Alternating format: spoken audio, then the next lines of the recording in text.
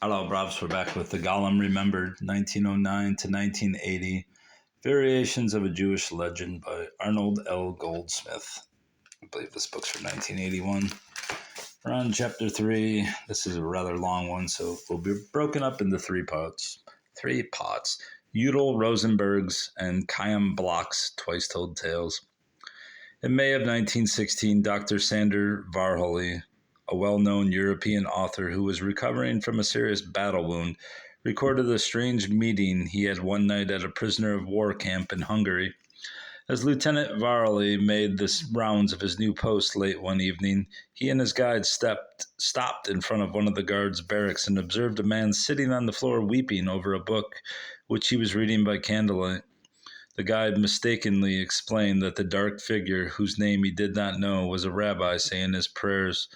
The guide further explained how the man, even in the straitjacket of military service, strictly observed all the ritual prescriptions, how he fasted when he could not get kosher food, how he had wept before the camp commander to be excused from writing on the Sabbath, to which, incidentally, the latter, a splendid chap in every way, agreed.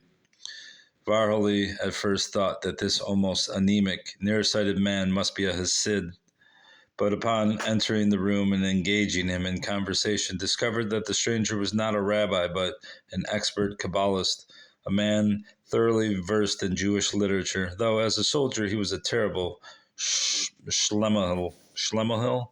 He had not even mastered the art of saluting. This man, Chayim Bloch, 1881 to... he must still have been alive at the time, was soon to become the most famous teller of the tales of the Golem. When Varley asked why he was weeping, Bloch explained how grateful he was that the commandant had granted him many privileges, one of which was this private room in which he could continue his studies when not on duty. My weeping, he explained, has nothing to do with my military service, but my nocturnal lamentations over the destruction of our temple. And only the Psalms which I was reading mauled me to tears. It was this Jewish businessman's love for his people and the religion that led him to his studies of the history and traditions of Hasidism and his subsequent articles in the Österreichischen Wochenschrift. Even after having been drafted into the Austrian army, he continued to write for the Viennese Jewish press. After sickness and discharge from the front, he was assigned to the prisoner of war camp, where he wrote the book which made him famous, The Golem, Legends of the Ghetto of Prague. In the War Diary of a Jew, Bloch wrote the following poem, which he titled October 15, about to leave for the front. 1. I am not the same as I was. Then I knew only praying, and now I stand at hell's door. They wish to send me to kill human beings. 2. I know not if mine is the guilt. Must my hands with blood be stained? Must my mind on murder be bent? For this, God, didst thou give strength to my limbs. 3. O God, is it thy decree? Then do I thy will without murmur, yet forgive a heart full of repentance, and I go to my death unafraid. In this private lament, Bloch expressed a theme close to the heart of many Jews, especially in the 20th century. The conflict between the Jewish belief in nonviolence and the demands of self-preservation. Though this theme was to be only vaguely hinted at in Bloch's treatment of the Golem stories, it was to reappear in the works of Liebig and Rothberg. To Varley, Bloch's poem and the diary in which it appeared were prophecies and cries of protest against the godlessness of Europe.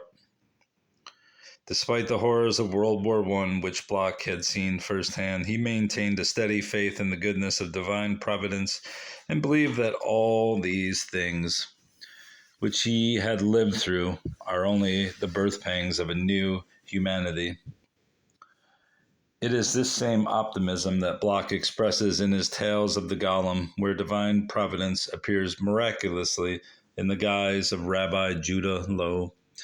In his own introduction to his book, Bloch acknowledges having read a manuscript in the Hebrew language and script, which bears the Niflot Moral. But surprisingly, he refers to it later as the work of an unknown compiler. Either he did not want to admit his large debt to Yudl Rosenberg, allegedly the translator, or the copy he used, omitted Rosenberg's work. Rich in tragic episodes. Wait. Omitted Rosenberg's name. Bloch's introduction indicates that he accepted Rosenberg's work, rich in tragic episodes and enchanting tales, as having been redacted about 300 years ago. Thus he accepted Rabbi Lowe's son-in-law as the author of these unostentatious words, which tell with impressive naivety the story of the career of the Maharal. Bloch admits imitating the original manuscript. This unadorned recital, which I, substantially retaining the naivety and the childishly awkward presentation of the unknown compiler, transmit to the reader. Though he never names Rosenberg, Bloch does mention Gustav Meyrink's famous novel Der Golem, published in 1915, 4 years before Bloch's own book. Meyrink's novel, as Chapter 5 will show, makes very little use of the many details in Rosenberg, but Bloch quotes Meyrink's statement about Prague, even though he did not know the origin of the Golem legend. Somewhere, something which cannot die haunts this quarter of the city, and it is somehow connected with the legend. Of that I am sure. Bloch thinks that those who take the Golem stories literally are the mystics, who actually believe that the correct knowledge of the Kabbalah and the proper use of the Shem HaMifarash can endow a clay figure with life. Those, however, who do not believe in and deny any justification for the mystical and the occult, aver that we have here to deal with the symbol, the allegorical meaning of which was eventually forgotten because of the clearness and vividness of the symbol itself, which has consequently come down through the centuries with a sort of independent life of its own in the shape of a legend. Bloch sees it as his mission to help perpetuate the legend of a golem, the golem. In his stories, an element appears that was not evident in Rosenberg's: the increasing wildness of the robot and its potential. I need to get me a golem to turn this page. Its destructiveness, an additional threat to the very Jewish community it was meant to serve. Traditionally, Bloch observes the golem was utilized for the protection of persecuted Jews. At such junctures, when mere human strength and wisdom are no longer effectual, was the golem a symbol of the God's help, which always comes in due season, although frequently like the golem at the last, most anxious moment? If so, how does one account for the golem's going mad and becoming a threat to his master? Bloch sees two possible answers to this seeming contradiction in the symbol's meaning. First, the ultimate madness of the golem, this so startling denouement of all the legends, may simply be a foreign motif which, because of external similarity, became amalgamated with these legends. Bloch's alternative is a theological explanation of this development, more in keeping with traditional Jewish thought. The help of God upon which man ultimately comes to depend supinely and thoughtlessly brings about his ruin, because the Holy One comes to spurn such spiritless men. Here is the traditional Jewish emphasis on free will and individual responsibility. Whatever the explanation, Bloch hopes that his reader will find in his book significant tales which may inspire a more profound interpretation of these unusually noteworthy legends. Bloch's revisions and additions. The question which the chapter sets out to answer is, how does Bloch's version of the Golem stories differ from Rosenberg's? No attempt will be made at linguistic or stylistic analysis, since both works are in translation, and it will be up to future specialists to study the original works in Yiddish and German to evaluate the quality of the language and the success or failure of the translators. What this chapter will do is focus on the structure of Bloch's book, differences in technique and detail between Bloch's and Rosenberg's stories, the new stories Bloch has added about the Golem and Rabbi Lowe, and the strengths and weaknesses of each collection.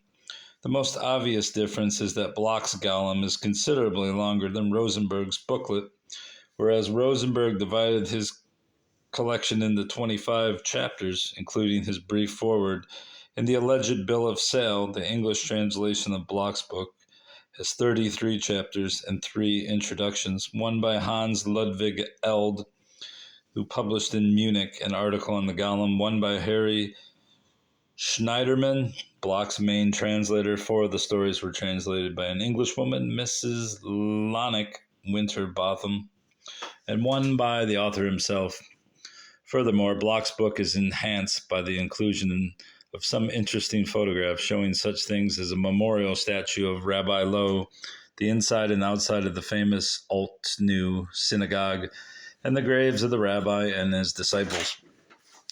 In some ways, Bloch improves on Rosenberg's work, but he loses something also. First, Bloch sensibly combines in his 3rd chapter Rosenberg's extremely short 3rd and 4th chapters, which tell how Rabbi Leva, now famous throughout the world, is determined to fight the blood libel in Prague and therefore arranges to debate the 300 priests. Rosenberg forgets to explain Rabbi Leva's move from Posen to Prague. Bloch is more careful in accounting for the change, but he distorts history by having Rabbi Lowe chosen as chief rabbi of Prague many years before he actually was honored with that position.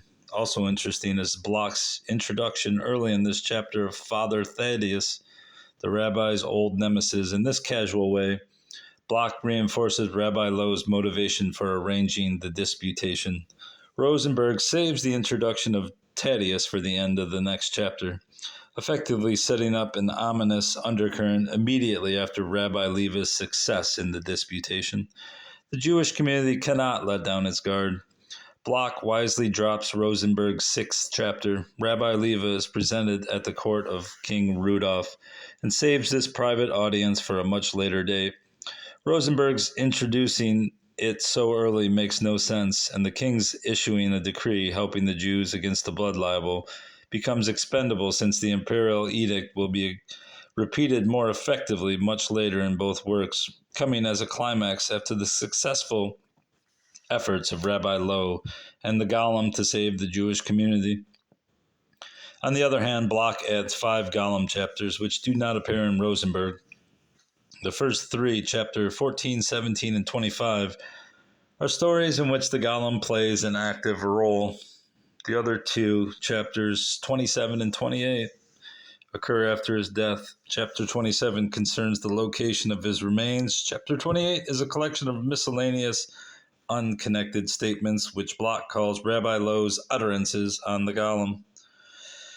Chapter 14, the first of the new Golem stories, is a Passover miracle. It is another blood libel plot, and the setting is the first evening of Passover, 5344, 1584, while leading the prayers instead of Umahalef es Hasmanim, and he changes the seasons. Rabbi Lowe reads Umahametz es Hasmanim. Is that the exact same thing? Oh no, the first word was changed. And he sours the seasons. Immediately the rabbi stops, instructs the congregation to continue praying, and sends word to the other congregations in Prague not to have to leave their synagogues until he gives permission. Then he sends Joseph the Golem home to bring him both an ordinary matzo and a special one for the Seder ceremony. Ordered to taste both, Joseph becomes deathly pale and indicates that he feels pain. Rabbi Lowe relieves the pain by touching the Golem's body with his hand, and then sends a warning to all the synagogues that no one is to touch matzot baking in Prague. Because they were chametz, leavened, richly unfit, everyone in the community is told to share the good matzot. I don't know how to say it. As in several of the stories of both Rosenberg and Bloch, Rabbi Lowe assumes the role of Sherlock Holmes. His investigation reveals that 2 red-bearded Gentile apprentice bakers were hired the day before to do the rolling, that is, to make lines in the matzot, with a special amulet to make him invisible.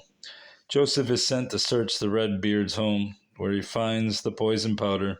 Rabbi Lowe, certain now of the nefarious plot, goes to the police. The Red-Beards resist arrest, and at first refuse to confess, but one finally breaks down and implicates Father Thaddeus, who is behind the whole plot.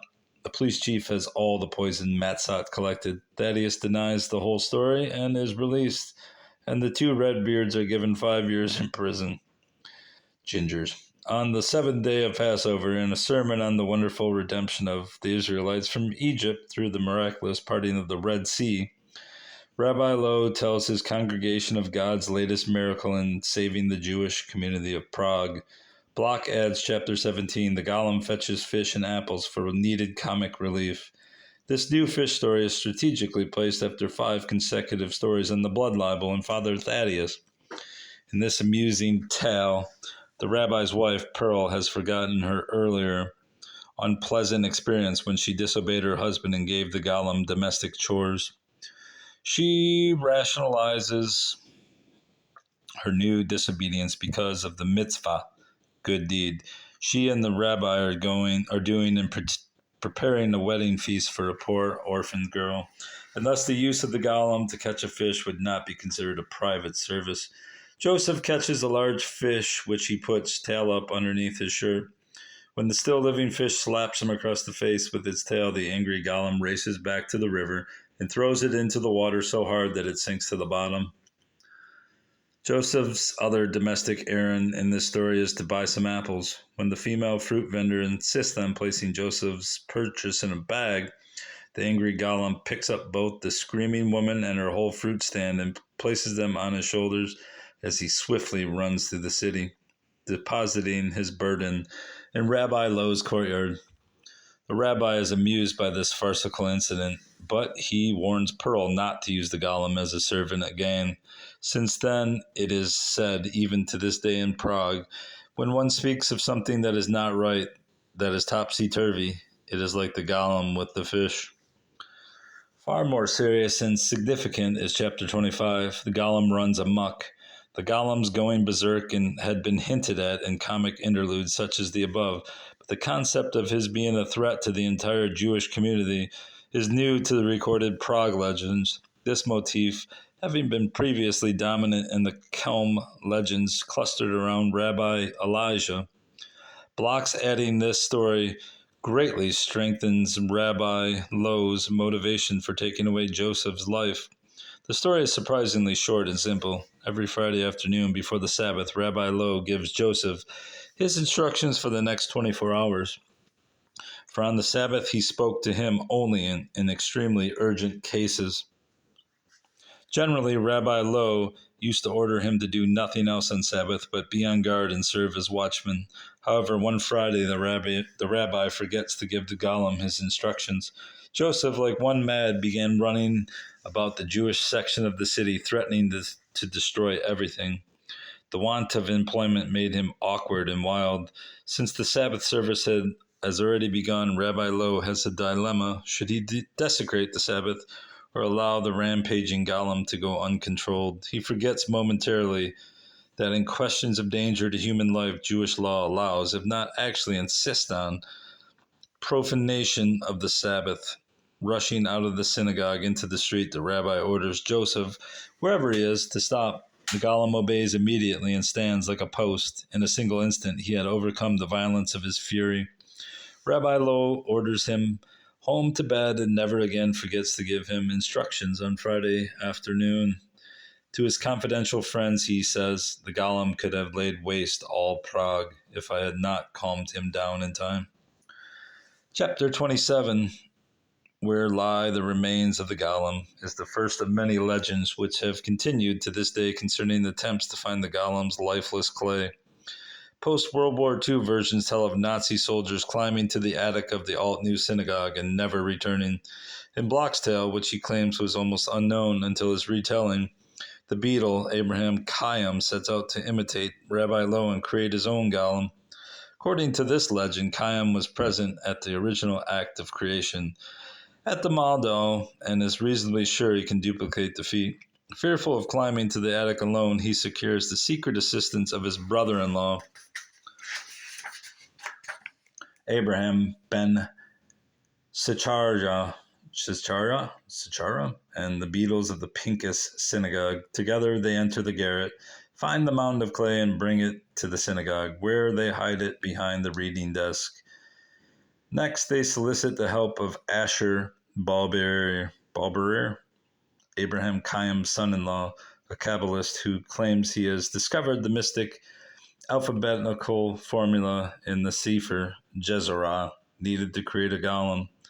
Late at night, the three men carry Joseph's remains through the streets and alleys of Prague to the cellar of Balbier's house, where they try in vain, night after night, to resurrect him. And that'll be all for now, but I also realized that I'm reading another book on this channel by a Dorothy Bloch. I wonder if she was related to this Bloch. Wouldn't it be crazy if she was? Probably isn't, but you never know. You never know. Let me shake this camera a little more before we go. There we go. Goodbye, bruv. Goodbye.